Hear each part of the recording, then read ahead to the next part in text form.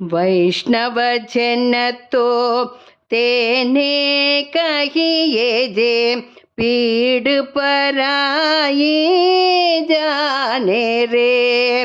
वैष्णव जन तो तेने कहिए जे पीड़ पराई जाने रे। पर दुखे उपकार करे तो ये पर दुखे उपकार करे तो ये मन अभिमान नाने रे। वैष्णव जन तो तेने कहिए जे पीड़ पराये जाने रे. யார் வைஷ்ணவன் அப்படின்ற ஒரு கேள்விக்கு நரசிம்ம மேத்தா எழுதியது வைஷ்ணவ ஜனதோ அப்படின்ற ஒரு பாடல்.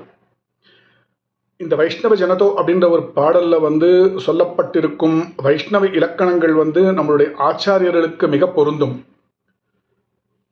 4 நிகழ்ச்சிகள் ஆச்சாரியர்களுடைய வாழ்க்கையில் நடந்தது. அதை ஒட்டியே இந்த வைஷ்ணவ இலக்கணங்கள் வைஷ்ணவ ஜனதோவில் பாடப்பட்டிருக்கிறது. முதலாவதாக பூததயை, எல்லா உயிரினங்களையும் அது படுற கஷ்டங்களையும் தன்னுடைய கஷ்டமாக நினைக்கிறது.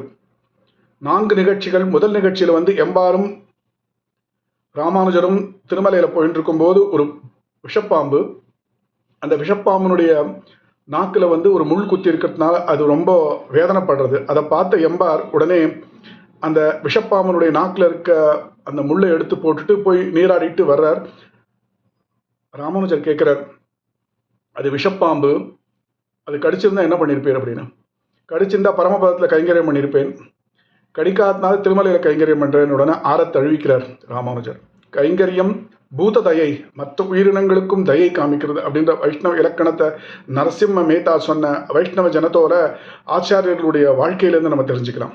வைஷ்ணவ ஜனத்தோட சொல்கிற ஒரு வைஷ்ணவ இலக்கணமான எவன் சமமோக்கு உடையவன், மனதாபத்தை விட்டொழித்தவன், பிற ஸ்திரீகளை தாயாக மதிப்பவன், பொய் கூறாதவன், பிறர் பொருளை கையால் தீண்டாதவன், அவனே உண்மையான வைஷ்ணவன். மோகத்தை வெறுப்பவன், மனதில் திட வைராக்கியம் கொண்டவன், காமத்தையும் கோபத்தையும் வென்றவன்.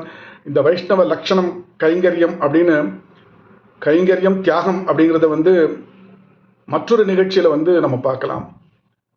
ஆச்சாரியர்களுடைய வாழ்க்கையில் கண்ணை இழந்த கூரத்தாழ்வான், சோழ மன்னனுடைய ஒரு கொடுங்கோல் ஆட்சியில் கண்ணை இழந்த கூரத்தாழ்வான் 12 வருஷத்துக்கு அப்புறம் ராமானுஜரை பார்க்குற திருவரங்கத்தில். இதை பார்த்த உடனே 2 பேருக்கும் கண்லேருந்து தண்ணி தனியாக வருது. உடனே உடையவர் சொல்றார், நீர் வரதராதஸ்தவம் இயற்றினீர் அல்லவா, அரங்கன் கிட்ட போய் அந்த வரதராதஸ்தவத்தை பாடி கண்ணை கேளும் அப்படின்றார். உள்ள போறார் கூரத்தாழ்வான், வரதராதஸ்தவம் சாதிக்கிறார். பகவான் கேட்கிறார், அரங்கன் கேட்கிறான் என்ன வேணும் அப்படின்னு. மோட்சம் தாரும் அப்படின்னு கேட்கிறார். மோட்சத்தை விரும்புபவன் வைஷ்ணவன். நரசிம்ம மேத்தானுடைய வைஷ்ணவ ஜனத்தோ பாடல்ல இதுவும் சொல்லப்பட்டிருக்கு, மோட்சத்தை விரும்புபவன். உடையவர் பார்த்து கேட்கிறார், கேட்டீரா கண் வேணும் அப்படின்னா. மோட்சத்தை கேட்டேன் அப்படின்னு உடனே ராமானுஜரானவர் அப்படியே மேல இருக்க மேலாடையை தூக்கி போட்டு கூத்தாடினார் அப்படின்னு. சன்னியாசிகள் இப்படி ஆடலாமானா அவர் மூலமாக எல்லோருக்கும் மோட்சம், எனக்கும் மோட்சம் கிடைக்கும் அப்படின்ற ஒரு சமநோக்கு, தொண்டு, கைங்கரியம், வைஷ்ணவ லட்சணம் அப்படின்னு இந்த பாடல்ல இன்னொரு நிகழ்ச்சியில பார்க்கலாம். கூரத்தாழ்வானுடைய குமாரர் பராசர பட்டர் திருவரங்கத்தில் உபன்யாசம் பண்ணிட்டு இருக்கும்போது ஒருத்தர் கேட்கிறார், யார் வைஷ்ணவன் கேட்கும்போது அவர் அதுக்கு பதில் சொல்லாம அவரை திருமலைக்கு அனுப்புறார், அனந்தாழ்வான் கிட்ட. அங்க போய் கேட்டுக்குவோம் அப்படின்னு விடையே. அவரும் திருமலைக்கு வரார். திருமலையில் அனந்தாழ்வானை பார்க்கிறார், கேள்வி கேட்கிறார். இந்த கேள்வி நான் கேட்டேன், வைஷ்ணவன் என்பவன் யார் அப்படின்னு, இதுக்கு நீர் தான் பதில் சொல்லணும் அப்படின்னா அவரும் பதில் சொல்லாமல் என்ன பண்ணுறார், அவருக்கு உடனே விட கிடைக்கல. ஆனால் ஒரு புது அனுபவம் கிடைக்கிறது.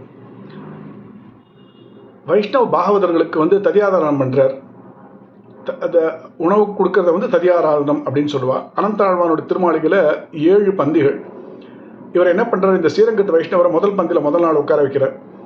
அவர் முதல் பந்தியிலேயே தன்னை உட்கார வைக்கிறாருன்னு கொஞ்சம் அவருக்கு சங்கடமாக இருக்குது. இருந்தாலும் தனக்கு தகுதி இல்லைன்னு நினைச்சாலும் நீங்கள் உட்காருங்க அப்படின்றார். அடுத்த நாள் 2வது பந்தியில் உட்கார வைக்கிறார். 3வது நாள் 3வது பந்தி, 4வது நாள் 4வது பந்தி, இப்படி 7வது நாள் 7வது பந்தியில் உட்கார வைக்கிறார். அப்புறம் வரும்போது அவர் கேட்குறார், வைஷ்ணவன் யார் அப்படின்னா, நீர்தான் விடை அப்படிங்கிறார். நீர்தான் விடைனா நான் தானா விடை எப்படி அப்படின்னு கேட்குறார். உடனே சொல்கிறார் அனந்தாழ்வான், வைஷ்ணவன் அப்படின்றவன் கொக்க போல இருப்பான், கோழியை போல இருப்பான், உப்பை போல இருப்பான், உண்மை போல இருப்பான். கொக்க போல இருப்பான்னா கொக்கு வெள்ளையான நிறம், உங்களுக்கு வெண்மை நிறம். மனசில் எந்த சலனம் இல்லை. உங்களை மாறி மாறி உட்கார வச்ச போது கூட அதே மனத்தோடு நீங்கள் உணவு எடுத்துட்டீங்கல்ல, கொக்கு நீங்கள். ஆச்சாரியன் எப்படி கிடைப்பான்னு காத்துருப்பான் யோகி மாதிரி. கொக்கும் மீன் எப்படி கிடைக்கும்னு காத்துருக்கும். கோழியை போல இருப்பானா கோழி சத்தையை கிளறும், ஆனால் அதனுடைய தானியங்களை பொறுக்கிக்கும். இவனும் வேத சாஸ்திரங்களை படிப்பான், அதற்கு சாரத்தை எடுத்துப்பான்.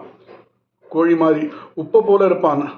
சாப்பாட்டில் உப்பு கரைஞ்சிடும், யாரும் உப்பை பற்றி பேச மாட்டான், அது சுவையை பற்றி பேசுவாள். உப்பு தன்னைத்தானே கரைத்து கொள்ளும்.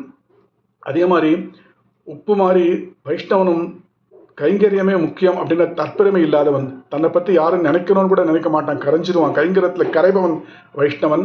உம்மை போல இருப்பான், நீர் எப்படி இருந்தீரோ சலனம் இல்லாமல் உம்மை போல இருப்பான் அப்படின்னு இந்த ஆச்சாரியனுடைய வாழ்க்கை நிகழ்ச்சிகளை நரசிம்ம மேத்தா வைஷ்ணவ ஜனத்தோடு சொன்னாரோ அப்படின்னு ஒரு அடியனுக்கு தோன்றுகிறது.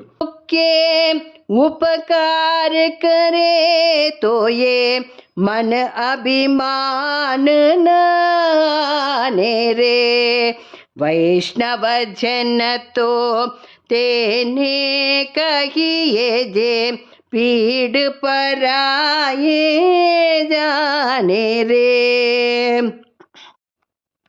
सकल लोकमा सहुने वंदे, सकल लोकमा सहुने वंदे, निंदा न करे के निरे.